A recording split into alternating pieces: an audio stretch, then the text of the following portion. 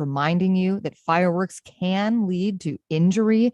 The best way to prevent them is not play with them, don't hold them in your hands, and avoid using them around children. This is KUOW News. Support for NPR comes from NPR stations. Other contributors include Capital One, offering Capital One Shopping, a downloadable browser extension that searches various sites for shoppers. What's in your wallet? More at CapitalOneShopping.com. And the Annie E. Casey Foundation. Welcome to Friday. Welcome to KUOW's Week in Review. I'm glad to have you along. I'm Bill Radke. It's the end of the week, beginning of the month, but the end of the week, and we get together and figure out what happened this week and explain it to you and maybe give you some idea what might come next. And we have a panel of local journalists, excellent journalists. Everett Herald City's reporter Isabella Breda is with us. Isabella, great to see you again. Thanks for having me, Bill. We have Seattle Channel host and producer Brian Callanan. Welcome back, Brian. Great to be here, Bill. Thanks. And from the Stranger, City Hall reporter Hannah Krieg. Hannah, great to have you on the show today. Thanks for coming. Yeah, thanks so much. So let's get right at some more big deal rulings from the U.S. Supreme Court this week. This Republican-made court limited the EPA's power to combat climate change. The U.S. Supreme Court took a wrecking ball to the ability of the federal government to restrain pollution. That, of course, is your governor, Jay Inslee, this week saying that means Washington needs to do more to address global warming at the state level. That's necessary because the federal government now is going to be much less effective in restraining pollution, which means more of that burden is going to be on our shoulders. Brian, what can Washington realistically do about climate change that we're not already doing? I think there's going to be a few things. And just to take a quick step back here and looking at what the governor said, I think that this is a step back, as he mentions it, for climate change, but maybe not as big as we first heard reported here. I do want to point out that the EPA still can go after individual power plants that might be having issues and things of that nature. So trying to put it all in perspective here. Now, what do you mean about having issues, Brian?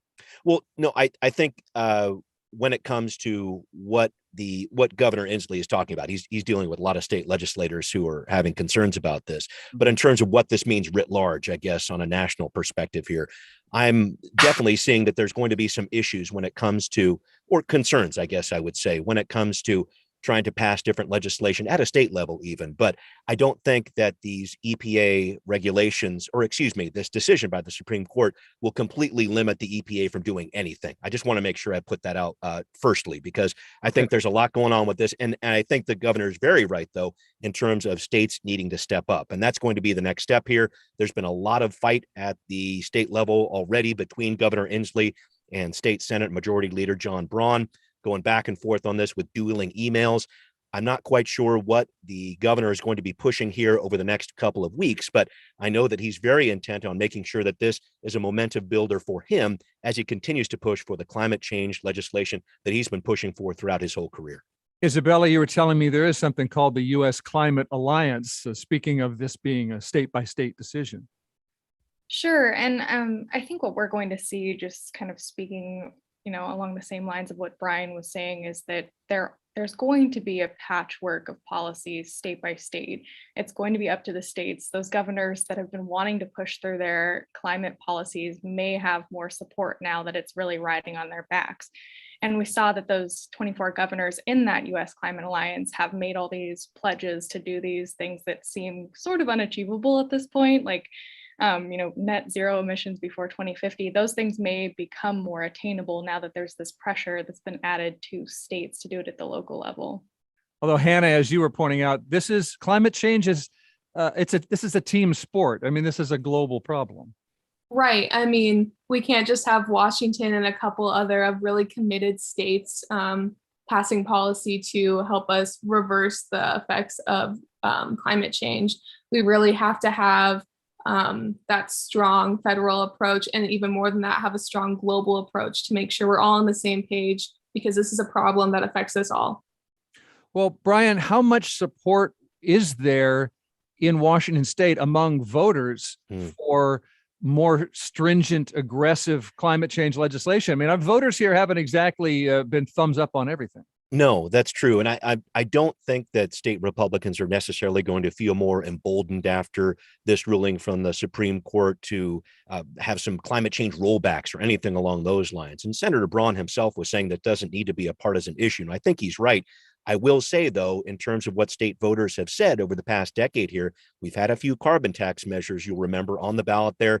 1631, that was in 2018. Voters rejected that resoundingly. Also, 2016, there was a carbon tax measure, too. So in terms of what our state is going to be able to do over the next several years, I think we'll have to see. But I don't think it needs to have this partisan layer over it. And I know that that's something that both houses don't want to see here. This is something that's important to our state. Clearly, Governor Inslee has been pushing for this a lot, both sides accusing each other of grandstanding right now. So I think we're going to have to let this settle out over the next couple of months and actually see what the state is willing to push for when it comes to next year's session.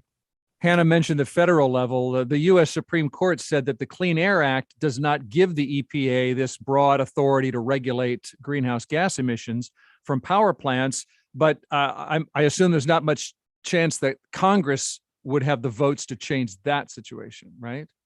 Well, I think that's a big part of this. And I think that's the big meta conversation behind all of this, Bill, is when you have a Congress that is deadlocked on so many different issues, when you have a executive branch that can't seem to get as much done. We're looking at three branches of power here, and very clearly the judicial branch is stepping in a big way here, in a way that seems far more political than I've seen in several decades here. But when you have two branches of government that aren't doing so much, you've got a third branch that's coming in and clearly laying down some rules here that are going to be questioned over the next several years. And it's something that's very specific to the United States, too. I mean, we have justices that are put in place for life.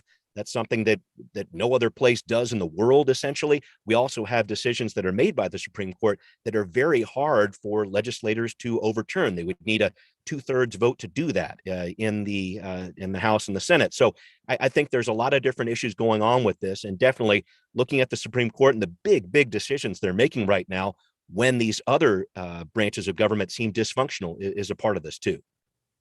And I think the bottom line is where this does become more of a partisan issue is just prioritizing what seem to be possibly radical climate policies that come hand in hand with maybe higher taxes on things like fossil fuels in general. And we might see the right prioritizing business at whatever cost that means. And I mean, I guess I'm curious what kind of precedent this sets in terms of how businesses will be respected in regard to their production of greenhouse gases and whether there will be an ability to continue to limit those in the future.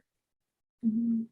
Well, let's stay with the Supreme Court here, because this state by state approach we're talking about has to remind us of last week's Supreme Court overturning of Roe v. Wade, sending abortion rights restrictions back to the states. Last week, we heard Washington Democrats promising that they are going to protect abortion rights here, but protect them from what? KUOW reporter Austin Jenkins told us this week that it's hard to tell what Washington Republicans are planning. In Washington, some Republican state lawmakers do regularly introduce bills to restrict access to abortion. But in a statement following the Supreme Court ruling, Senate Republican leader John Braun steered clear of mentioning those. Instead, he called for additional support for women who choose to give birth. However, Republican State Senator Mike Patton, a longtime abortion opponent, called for new restrictions in Washington, including requiring parental notification and a ban on what he described as late-term abortions.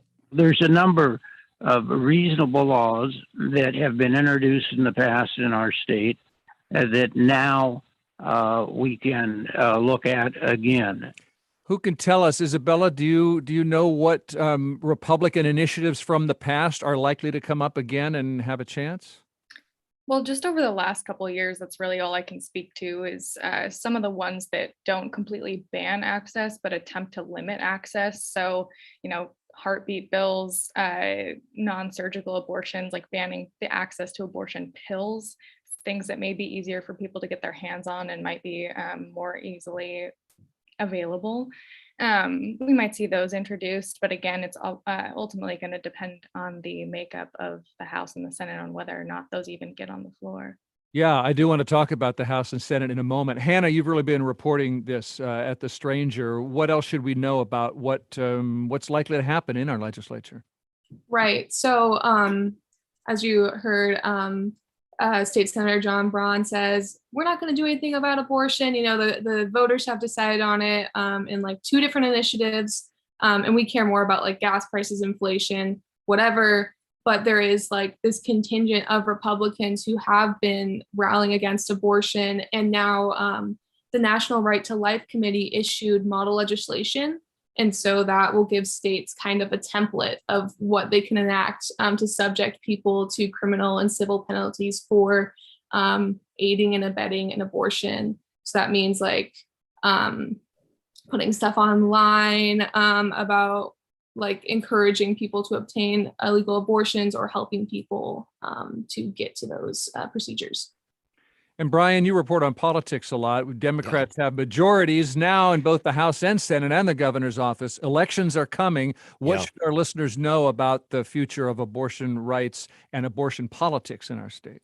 I think there's a lot brewing with this, Bill. And I think the thing that I'm thinking about very much is this idea of potentially creating a constitutional amendment for our state.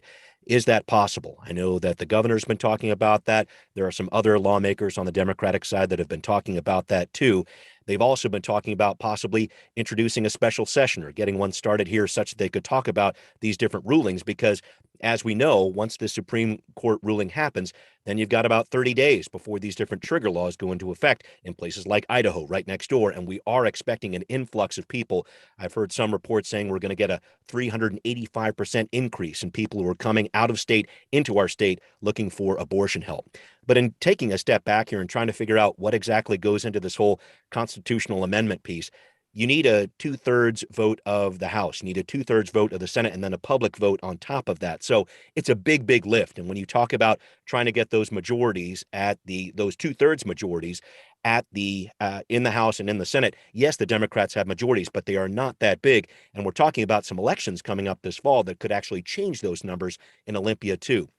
Looking at the special session piece, I think that's an important part of this as well. The governor's definitely talked about it. We've heard some state senators talking about it too, but that does open a certain can of worms, because as much as Inslee can call for a special session, try to set the agenda here, it does open the door for other lawmakers, possibly Republicans, to bring up other issues too, such as, hey, when are we going to start restricting the emergency powers of the governor? When are we going to do some different things here when it comes to gas taxes, things of that nature? So I think there are a lot of different things at play here politically, but I do know there are a number of Democratic lawmakers right now who are working very hard at this, talking about the possibility of a constitutional amendment, and we're going to see what's happening over the next couple months. Yeah, I had forgotten about Republicans calling over and over for a special session over these COVID emergency powers. Hannah, how do Democrats plan to help abortion patients from red states, and will Republicans be able to block any of those moves? So that's going to be the question. I mean, it's like the president, the governor, all the Democrats are saying we're going to protect people who are seeking abortion, even in coming from states that make it illegal. And that's going to be really hard, and it's going to take a lot of like vigor, you know? And I know that like Planned Parenthood is suing trigger laws in Idaho, and that might be one of the approaches to keeping these laws from being enforced. I think the really effective enforcement strategy that a lot of states have on their side is these pro-life vigilantes. In Texas, thanks to the heartbeat bill, if you sue someone for having an abortion, you could get $10,000, you know? Republicans kind of want us to tell on each other right now. And as I wrote this morning, advocates say that right now is not the time to turn on each other. According to the New York Times, when Texas made abortion illegal, that decreased abortion by only 10%. That means because of organizers, we are able to keep the rate of abortion about 90% the same, even though it was illegal. So the founding director of Shout Your Abortion told me that this ruling must be met with collective defiance. So like in Texas, we can maintain meaningful access to abortion. If you want to figure out how to do that, I wrote about it this morning. It's on thestranger.com. I think it turns into, sorry, Isabella, go ahead. No, it's fine. been brought up at the local level. I've just seen cities around Snohomish County grappling with the idea of what can they do to make access easier or ensure that it's protected, even though we've heard dozens of people say, like, yes, it's protected at the state, but for those seeking care out of state. And we did see Inslee ask State Patrol not to pursue investigations of those providing or seeking abortion care in the state. Again, that is written into law, but when I spoke with the ACLU of Washington, they mentioned that, it's still kind of unclear whether or not those providers, like, there is the potential for that to happen, and that abortion care providers should talk to legal counsel if they do have concerns about anyone from out of state wanting to pursue what they've been doing in state where it is protected. And something to add, just based on what Brian said earlier, that 385% increase that came from the Guttmacher, I think I'm saying that right, Institute. Yep. Yeah, and they also shared some, important statistics there that we might not think of a lot. But back in 2020, which you might think the number might have been lower, there were at least 17,000 abortions provided in the state. And so thinking of that number going up 385% and knowing that there's only about, I want to say, 40 clinics in the state that provide the procedure. So it's definitely going to put on a crunch. And back to what I was saying originally at the local level, these, so like Edmond City Council, for example, has been considering like what they can do to protect these services. And people were speaking at city council meetings saying like, hey, the Planned Parenthood right across the street, like outside of city limits, has people picketing every day. It makes it really challenging to get any procedures done. And if no one does anything about that, it's going to continue to be a challenge. Right. And I was just going to add, too, there are a number of different jurisdictions doing things, including City of Seattle. We heard from the mayor earlier this week saying he wants to put $250,000 to the Northwest Abortion Rights Fund. So he's trying to set aside some dollars there. But I think that added strain on providers is a great point here, Isabella. And I think that's going to be the point we're going to see play out over the next several months here. And when it comes to that litigious side, I know that our state attorney general, Bob Ferguson, is working on this frantically right now, trying to figure out some different options. But I think it's going to be very difficult to figure out how exactly these different cases are going to go, because the state attorney general's office represents the state, right? So if there's some sort of lawsuit where it happens against a provider here in the state of Washington, the state would not represent that provider. So this really opens up so many different legal loopholes here that I know the state's trying to tie up, but it's going to be very difficult. It's going to be very confusing. It's going to be very costly, and it's on the horizon. It's basically what Roe was preventing in the first place, but this is what we're dealing with right now. Hannah, you wrote about, incumbent Democrats have been saying ever since that Roe opinion was leaked, that this is why you need to vote. And you were writing about how some abortion rights advocates are saying, well, we voted for Democrats. You haven't saved abortion rights. What more could Washington Democrats have done? I mean, we've just named a bunch of things that only just now they're starting to do. We could have done this since Roe happened. This could have been done in the last 50 years. We've had so much time to scale up abortion access in Washington. People were talking about this since Trump was elected. It was, you better vote for Hillary or we're going to have this Roe issue. You better vote for Joe Biden or you're going to have this Roe issue. And here we are with Joe Biden with this Roe issue. And we've had all these years to scale up our just deplorable access issue in Washington. And we have great laws to protect people and we still can't get abortion here. So the Democrats could have done a lot more. And I'm glad that there's some urgency now. And it really speaks to the power that the U.S. president has in selecting justices. I think that's the big underlying piece here. And then that point I was making earlier with justices serving for life, these are issues we're going to be dealing with potentially over the next several decades if this continued split, this 6-3 split we're seeing on the Supreme Court holds. So a lot to be concerned about there. Well, there's a lot more we could talk about here. We're going to move on to some other topics, but finally on the abortion ruling reaction, Seattle Congresswoman Pramila Jayapal called for a nationwide women's strike. Does anyone expect that and have an idea what that would mean? Not 100% sure on that one, but I know she has been a leader on these different issues here. I think, Bill, really what we're going to be seeing over the next couple of weeks here is a number of different lawmakers trying to call on their base to come forward and really speak out about this. The protests that we've seen over the last couple of weeks are nowhere near done.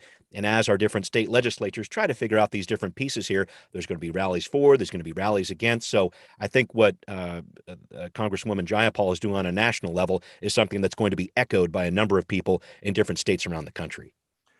One more U.S. Supreme Court ruling this week to discuss. The court ruled in favor of the football coach, the head coach at Bremerton High School, who was fired for praying on the 50-yard line. As KUOW's David Hyde told us, the coach sued and won on the grounds that the First Amendment protects his right to pray. Former Bremerton coach Joseph Kennedy applauds this week's Supreme Court ruling in his favor. This is an absolute great day for all Americans of every faith or no faith. Our freedoms are being very well represented right here. The Reverend Kathleen Kingslight disagrees. She leads St. Paul's Episcopal Church in Bremerton. She says she's a strong proponent of prayer, but calls this Supreme Court ruling an attack on religious freedom. This is a Navy town. We have kids that have come with their families. We've got Sikhs and we got Muslims and we got Jews and we've got Christians of all brands and stripes. You cannot pray one prayer and have it fit all. It doesn't work. Kingslight says she personally knows former Bremerton football team players who felt pressured to pray. Coach Kennedy says that's not true, and he's waiting for the call from the Bremerton School District about getting his old coaching job back. Isabella, you were telling me the crux here is whether this prayer participation is voluntary. Sure. And I think something that's important to note, just a little background. I went to school and I was in the same athletic conference as Bremerton. And I remember specifically seeing this happening for years. And there was earlier reporting prior to, and as it was moving through the lower courts where, students and players said that they did feel pressured, that it did feel obligatory because that's your coach, that's your leader. But ultimately, in 1962, the Supreme Court ruled that prayers, even if they're voluntary, could potentially pressure students and that public schools can't offer them. And, there's been the whole discussion about whether or not the coach was acting in his official capacity as a public school employee. And ultimately, it's related to a game, so that's a whole other discussion. But the consideration is this is a public school employee endorsing and initiating a team prayer, which he considered his own thing, which is, again, another discussion for another day. But Justice Neil Gorsuch wrote that, the type of interpretation that it could be coercive, even if it's players are not being asked to join in, could cause other issues like a student's wearing a yarmulke and suddenly students feel pressured to do the same nearby, which it strikes me as strange, but. Yeah, and what might have started as a private prayer a while ago, Isabella, just in dovetailing what you're saying here, I think turned into something so much more because reading these different student descriptions when a lot of people started hearing about this, when it became a mass media type of a story there were games where they would finish and there was this expectation of this prayer and hundreds of people would pile out of the stands to help support it or whatever else. And I don't know if that's pressuring students or not, but it certainly doesn't feel like a private prayer to me. And I think that's a piece of this too. And I think about the players that were involved with that. Maybe some of them like to get involved, maybe some of them didn't. But as a player, as a player's family, do you want your high school football experience to be that kind of political statement? Do you not? Some people might say yes, some people might say no, but it certainly is about a lot more than a game and a lot more than just what was once, I have to think, was a private prayer, but it turned into something much, much more than that. Right. And at some point, these players kind of became intrinsically tied to the team, right? Like praise after games, like that just became their identity. So it's kind of hard to separate that out. And especially when it's being done on a school property. That makes it tough. I asked some of our listeners, KUOW asked our community feedback club about when did you feel forced by peer pressure to join an authority figure? When did you refuse to join? To your point, Brian, Marty says in Christianity, we're told by the Christ not to force unbelievers to do what we do, because then they would not be doing it sincerely, and it can even be oppressive. The coach made a mistake by not just singling out the Christian kids who wanted to pray and asking them to join him elsewhere. Mark says, if 100% consensus is required for all such things as this quiet moment for reflection, then no such thing could ever exist. No pizza parties, no team time, nothing, because all of it would be coercive to someone somewhere along the line. And Lou says, people need to understand the power dynamic that led to this feeling like a necessity. Someone who's responsible for your future, like a teacher or coach, saying they will lead in an activity, regardless of what it is or how they tell you it's optional. You want to appease that person because you don't know if it'll affect decisions based on if you opted out. And finally, we got a more specific response along those lines from a listener who said that when it comes to, I don't have the exact quote in front of me, but to paraphrase, it sounded like this person had played, because they were saying the big thing when you're a player is you want playing time, you want to get in the game, and you'll do anything. And he said, if your coach has a prayer, you will sweep the ground where he's about to pray in order to, to do what you need to do to stand out and become a next level player. So lots of different opinions, just laying a few out there. If you want to join our community feedback club, you can just text us. Text the word club to 206-926-9955. Again, that's the word club to 206-926-9955. We send text every once in a while asking for your feedback or story ideas. Anything more to say about that case before we take a break here on Week in Review? I think just one last thing is it's kind of shifting the precedent of the separation of church and state. I mean, that's just the bottom line. Yeah, and I'd be really interested to see what happens if indeed he does get his job back. He has said publicly that he wants to see that happen, but this has turned into such a bigger story than the football game. I'd be shocked if there weren't other pro-prayer movement folks out there that might be courting him with other offers too. So this is going to be really interesting to watch this play out. I know the practices start up for the team here in mid-August. I think it would be difficult to install a coach this late in the game, but we'll have to see what happens there. That's true. This coach could show up being the head coach of Texas Christian University or something.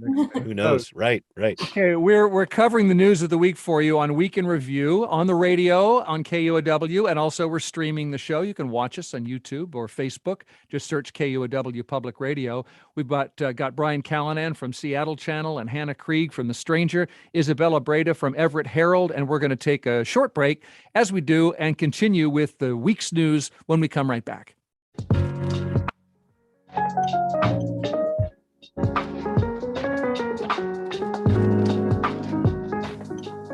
94.9 KUOW, Seattle's NPR news station. It's 12:34.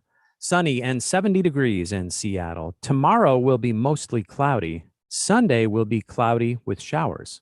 Support for KUOW comes from BECU, a member-owned credit union putting people over profit, offering financial services and support to the community with access to local financial centers, over 30,000 ATMs, and online resources at becu.org. Federally insured by NCUA.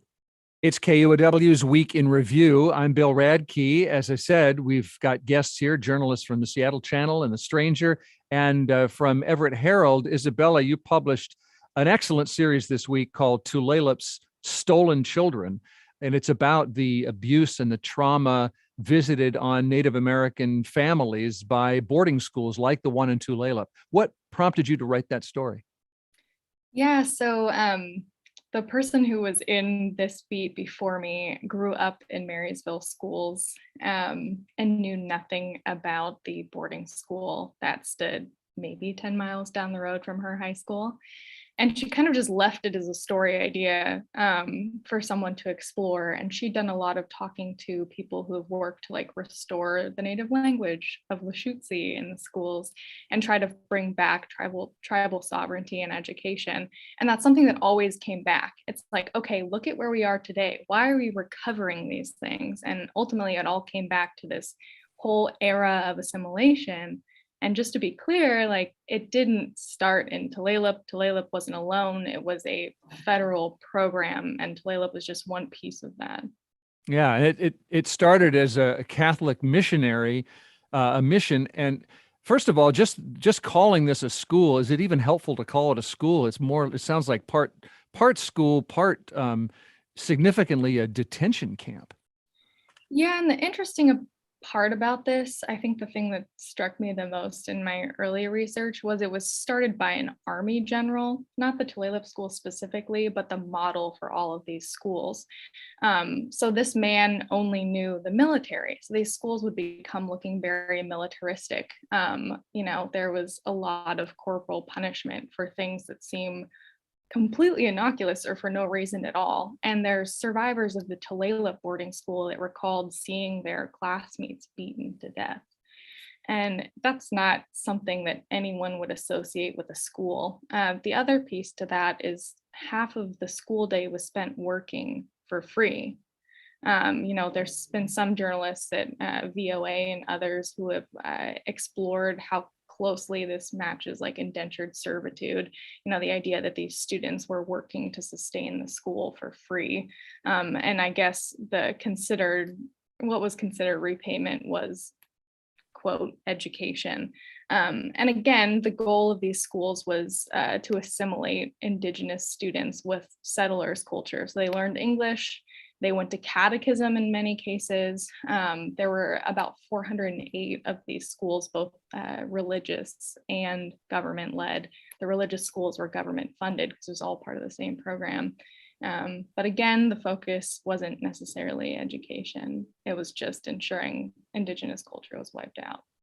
Yeah, I mean, I just want to stress for those, if you haven't read the series yet, we use words like assimilation. I mean, the words are so mild compared to the stories of abuse and trauma and unmarked graves and the whole thing. But we're giving you some sense of it. I could go on. I don't know, Hannah or Brian, if you had a chance to read the series, if you have comments or questions for Isabella about this. Yeah, I was just looking at it to jump in here, if I might, in terms of how the Tulalip tribe looks at this part of tribal history. How is it regarded? I know it's something that so many people were affected by, and if you weren't in that system, then you had an auntie or a father or another figure that was. How does it fit within the tribal history and the tribal culture? That's a really great question, because I've spoken with some elders who are still of the mindset that these schools were necessary. It's like when settlers arrived, what else were they to do but to assimilate? However, it didn't need to look like this. I mean, that's always the caveat that I've been given. And then there's other descendants of survivors who, openly spoke out about this. They likened it to concentration camps. They, understand that it's the reason for the trauma that they carry, even if they're generations removed from the family member that was in the school because of the abuse. And a lot of those stories weren't necessarily shared. Therein lies why some people believe these schools were a good thing, is they just understood it as a place their family members learned English. The shocking part about Tulalip is, it was this massive school building, dormitories, a mill, just a whole compound sitting on the bay. It's since been demolished except for a couple buildings, but these people now, they live on the pieces of land where their ancestors were effectively abused, and traumatized for life. And so that's also just a really weird dynamic, is that they're living on this land the federal government once, oversaw. So difficult to break down. I think about this, Isabella, in terms of how the city of Seattle has been dealing with this, because I do a lot of work with the city. And it's a situation where the council passed a resolution last August, which at the time didn't seem like it had a lot, but this whole idea of recognizing the historical trauma of boarding schools. It might seem like resolution non-binding. I know a lot of people say that about some of the different things the Seattle City Council does, but this was something that was so important to Council President Deborah Juarez, because it's basically taking something that was very much in the background and bringing it into our consciousness. I think a lot of us saw last year hundreds of kids' bodies found at that boarding school up in Canada. I mean, awful to see that kind of a thing. And now I think the big challenge, and help me out with this if you have any idea on this, Isabella, the whole idea is, how do we get more information on this? Because the U.S. Department of Interior is working on that, right? Trying to get some more data on this to see who's affected or whatever else. And I think that's a big piece of this going forward. And then subtext to all of this, it's rather interesting that today is the day our state is actually putting out a big program. It's almost like an Amber Alert program to try to help with missing and murdered Indigenous people. So there's some progress, I know, but just bringing in this data or whatever else and figuring out where we go from here is a huge part of this. I have a couple things to add to that. I mean, one is every crisis we see today in, what's called Indian country can be related back to the boarding schools. I mean, you look at the cycles of abuse and trauma that perpetuated. There's Tulalip psychologist who spoke broadly about the impacts of that and what you see in terms of generational trauma. And then on the flip side, the idea that just today, the US is starting to have this reckoning. The Interior's report did not come out until May of this year, which was started just a year ago. And it's just a tiny, tiny piece of everything that's happened. They went through 98 million pages of documents to gather enough information to sort of grasp what happened in the schools. And that was something that I found in my research too, is because the schools were run by missionaries or government officials who are trying to preserve this as a charitable act that they did. A lot of it's, pretty upbeat and optimistic, and there's not a ton of information or historical accounts of survivors or what they experienced in the schools. So the information's limited, it's scattered. I mean, I had to get some from Marquette University, from Willamette in Oregon, and just all over for one school. So I can't fathom how long the information gathering process is going to actually take here as a whole. Isabella, I had a question too. I was wondering, as information keeps coming out and stuff, and as we learn more and more, I'm wondering what more the state and other jurisdictions can do to somehow make up for this horrible thing that happened. I know there's the land back movement and different kinds of reparations movements. What did you hear in your conversation with folks from the Tulalip school? I mean, I think one big thing that came out is what's still the IHS, the Indian Health Service, is chronically underfunded. So it's you can't even access good behavioral health services to deal with the generational trauma because there's not enough money to provide that. So, I mean, some of that is just they want the federal government to feed in money to those necessary programs. And that's just the start. Of course, the other things is these boarding schools were intentionally planted on reservations as a means of taking even more land. So, returning that land back, there's some off-reservation boarding schools, returning that land to the nearest tribe. And but ultimately, something that is really important in this, and the Interior noted, is that there needs to be tribal consultations. It's going to be different for every tribe. There's going to be a plethora of needs, and it's not just behavioral health, but it's also bringing up these people who suffered for half a century, 2 centuries in some cases, bringing them up to the same level as the settlers who profited off of them. Isabella Breda's piece, a multi-part series, is in the Everett Herald, and it's called Tulalip's Stolen Children, and I recommend the read there. And since Isabella brought up behavioral health care, before we take our break, there is a new behavioral health care statewide hotline just about to come online. We were talking about this week's continuation of the inquest hearing into the police shooting, the fatal shooting of Charlena Lyles. Brian, will you tell listeners about this behavioral health care hotline?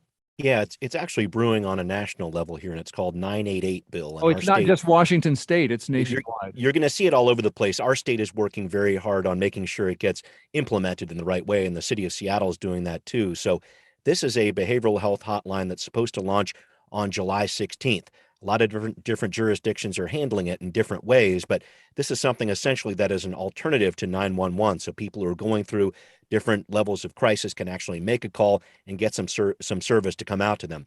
A lot of different hurdles involved with this, just setting up the structure through which these 988 calls are actually answered, and then responding to them is the next piece. So I think there's a lot of concern about this at the city level right now because, as we've heard in so many different cases, those mental health resources are not there right now to dispatch to all these different cases that come in. But clearly, this is something that we saw rise up during the pandemic for certain.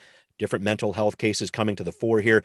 And so this is a program that's hopefully at a national level and then a state level and then a local level, which is where these issues get taken care of, that we're going to see these calls come in and we're going to see this issue of mental health, how we deal with it, trying to get rid of the trauma behind it, or the stigma that's attached to it, trying to get rid of that stigma and actually deal with the problem.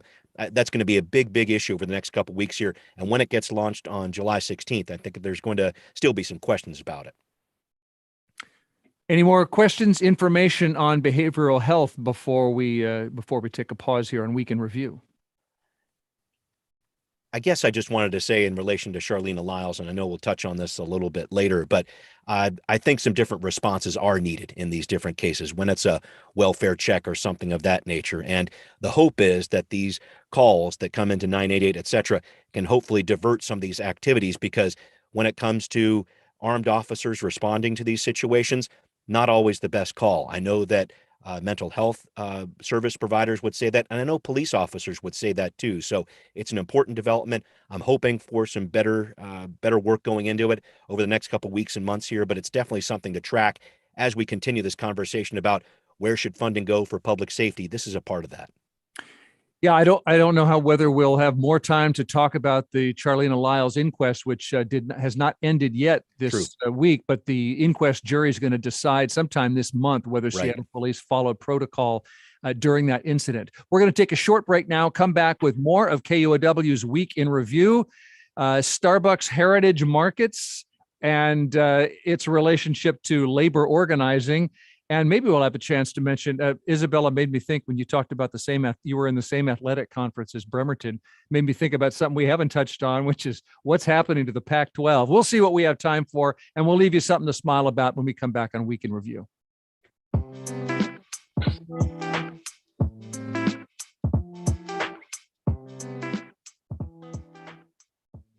I'm Julian Marshall, host of BBC NewsHour. On today's program, the mayor of Odessa speaks to us about the Russian missile attack near his city that has killed at least 19 civilians. And 50 years since the first Gay Pride March in the UK, how was it back then? That's BBC NewsHour coming up just about 12 minutes from now at 1 o'clock on 94.9 KUOW. Support for KUOW comes from Bill and Paula Clapp in partnership with Seattle Foundation, saluting the Seattle YMCA for providing summer camps to over 3,000 young people last year. The Y is now expanding these camps to reach even more youth. Learn more about how to help at seattleymca.org/camp. This is Bill Radke. If you're with us right now on YouTube or Facebook, maybe because you searched KUOW Public Radio, that's how you find us. I don't have to tell you.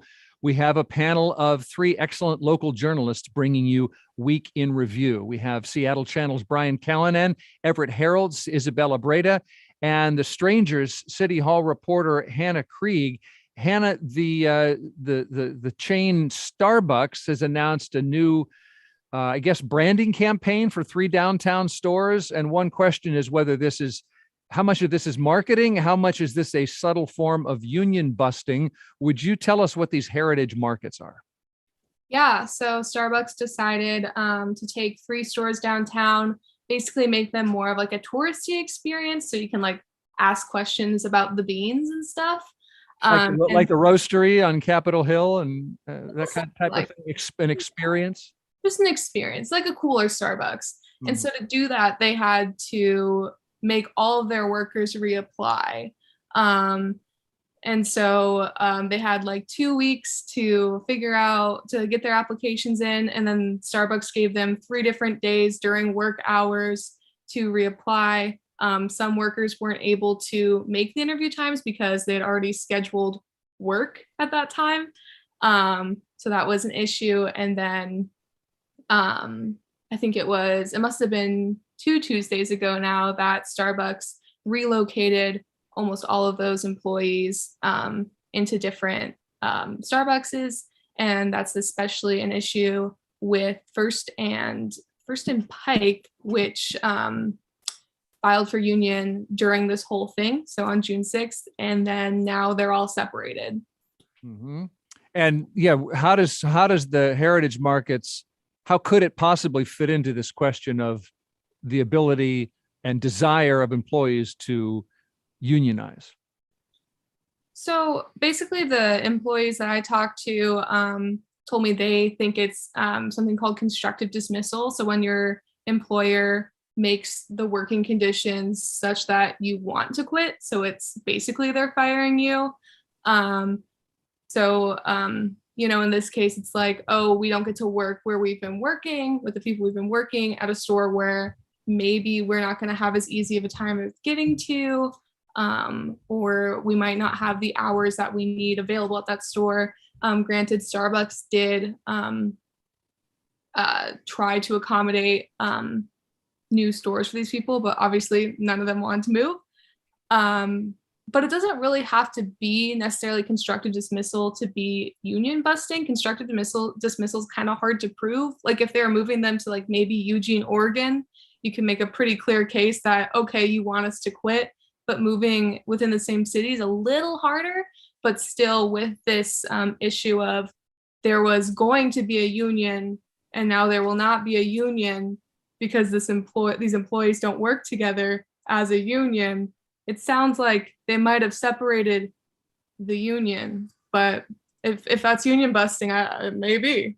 Yeah, Hannah, I just was looking at this and I thought it was really interesting. A pretty slick move by Starbucks, and all these different legal questions you come up with are exactly the point ahead here. But what does this mean for this larger effort as a city to have Starbucks that are unionized? I know I've heard a lot from Councilmember Shama Sawant about this. There was a huge rally back at the end of April talking about this and setting up a strike fund, et cetera. Where does this put us in terms of that overall effort to try to unionize Starbucks stores in Seattle? I don't think that Starbucks is going to rebrand all of their stores to break up every union. I mean, they've definitely put up barriers for workers. But this might just add to the long-running list of things that workers have grievances with Starbucks about. And now they just separated 30 people, put them in different stores, 30 people who are ready to unionize, 30 people who are angry already. They pissed them off again, and now they'll just unionize their next stores. So maybe it's a good thing. How are they justifying this? Are they just trying to argue that basically it's a new store now, so you have to re-interview? Yeah, what is Starbucks' side of this? Yeah, I mean, they said that it's new responsibilities in their post explaining the heritage market. It's basically these people are ambassadors of the brand, and so they have to know some fun facts about Starbucks, and so it is a slightly different position. Okay, since we're coming toward the end of the show, and first we brought up Bremerton's athletic conference, and then Hannah just mentioned Eugene, Oregon. This reminded me that when I was a Husky student, my fellow students would on Saturdays when the Huskies were on the road, pile into a van early and drive to Eugene, Oregon, or drive to Pullman for those good old Pac-10 rivalries. Back then it was the Pac-10. Well, we just found out this week that UCLA and USC are splitting the Pac-12. They're leaving for a different conference, a more of a powerhouse conference. And so there's this, we're not really going to talk much about it now because I don't know what UW is going to do, but there's this question, are they going to try to jump ship and leave the Pac-12 and I guess leave the Apple Cup and that whole thing? Or are they what's going to happen to the Pac-12? Any thoughts, predictions before we wrap up? It's such a big money grab, Bill. I mean, when you look at the different TV revenue that's coming in through Pac-12, it's something like 19 some odd $1 million a year for the different teams. But the Big Ten, which is where these schools are going to, 46 million. So some of the math there seems pretty simple to jump out, but it totally ruins a lot of that regionalism that you're talking about there. When you take out two very strong teams that have a big draw in terms of the media market for sure, but when you take out those two teams, it really deflates the value of the rest of the conference. So I'm not quite sure what this means. Maybe other teams will jump in, but as a Cal grad, I am very saddened to see this happen here. I'm not quite sure what it means for the rest of the schools. I mean, I'm going to tell my kids, remember when Cal was a Division I football school? Because I don't know how much longer that's going to last, to be honest. Yeah. All right. Husky fans, maybe someday you'll pile into that van very early in order to make that road trip at Rutgers, Maryland, or whatever conference the Huskies are going to end up in. Let's take a road trip in December out to Purdue. I can't wait. That's going to be great. To Purdue, the storied rivalry.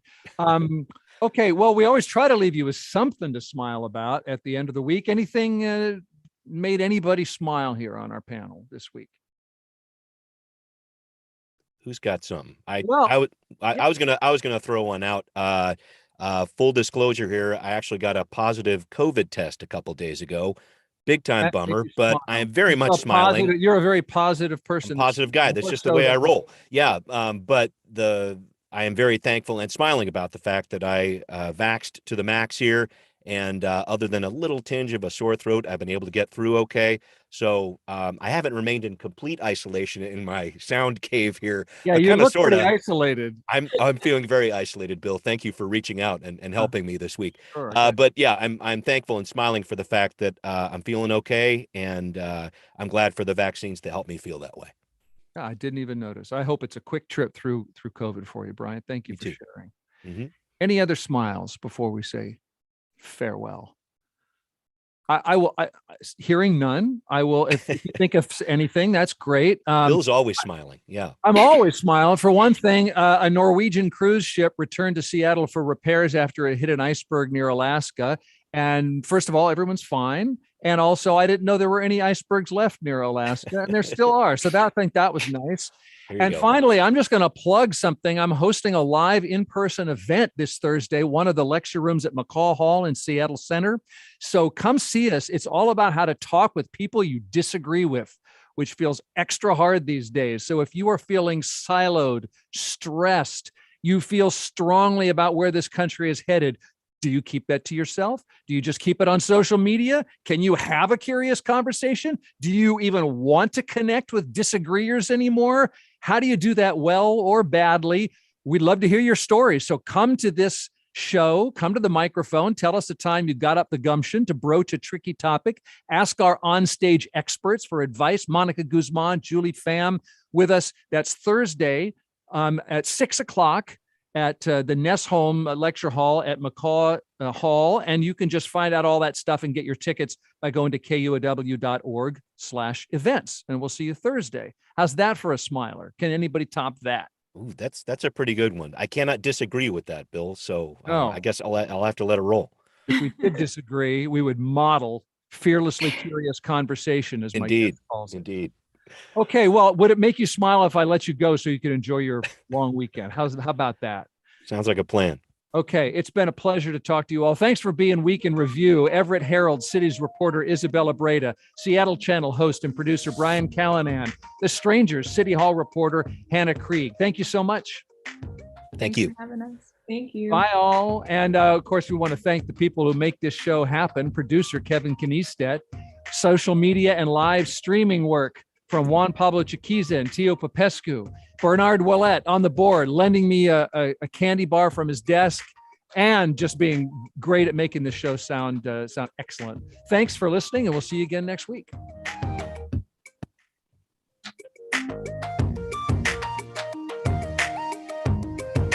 Thank you, everyone. I really enjoyed that. Thanks, It y'all. was a great show. Thanks for doing it. Covered some good ground there. Much appreciated. Agreed.